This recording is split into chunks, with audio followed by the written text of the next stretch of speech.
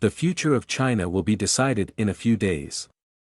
On October 23, the new leadership of China will be elected by around 200 members of the Central Committee of the Chinese Communist Party, at least in theory.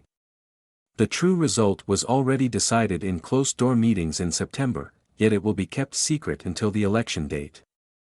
The highest decision-making body of China is the Politburo Standing Committee, PSC, of the Chinese Communist Party, composed of 7 members.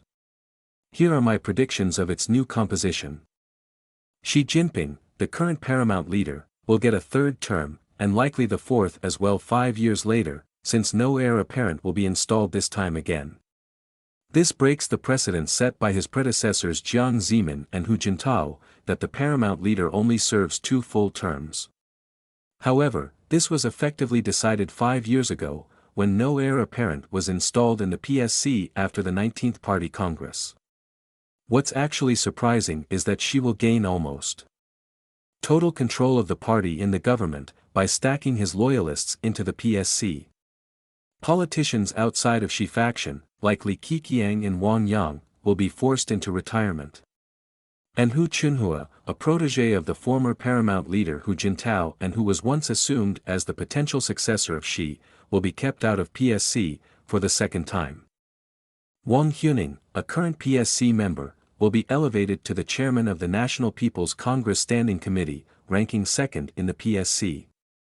The National People's Congress, NPC, composed of 2,980 members, is the official highest organ of state power and the highest legislative body of China, roughly similar to the Congress in the West.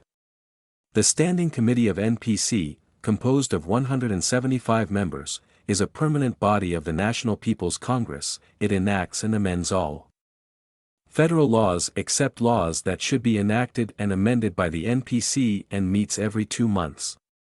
However, the enactment and amendment of the Constitution and laws are actually decided by the PSC of the CCP. Li Keqiang, the current party head of Shanghai and a key loyalist of Xi, will be directly promoted to the premier, defeating possible alternatives who are not from the Xi faction like Wang Yang, Han Zheng and Hu Chunhua. This breaks the almost 50-year tradition that the premier should have served as the vice premier before. Zhao Leji, a current PSC member in charge of anti-corruption practice, was promoted to the chairman of the Chinese People's Political Consultative Conference, CPPCC. Although his ranking will be raised from the 6th to the 4th, his effective power will be greatly reduced, since the CPPCC, composed of 2,158 members, is only a consultative body, and its chair is the least powerful position in the PSC. Huang Kunming, the current head of the propaganda department of the Chinese Communist Party and another loyalist of Xi, will be promoted to be the successor of Wang Huning, as the first secretary of the Secretariat of CCP. He is a black horse in this election, overlooked by most scholars in the West. Li Zai, the current party head of Guangdong Province, will be elevated to be the secretary of the Central Commission for Discipline Inspection of CCP, a very powerful position in charge of anti-corruption practice. He has been a close friend of Xi for decades. Ding Zuexiang, the current director of the General Office of CCP and another loyalist of Xi, will be promoted to the first vice premier. He is considered a strong candidate for the PSC, however, his position as the first vice premier is very surprising, and breaks many norms of CCP.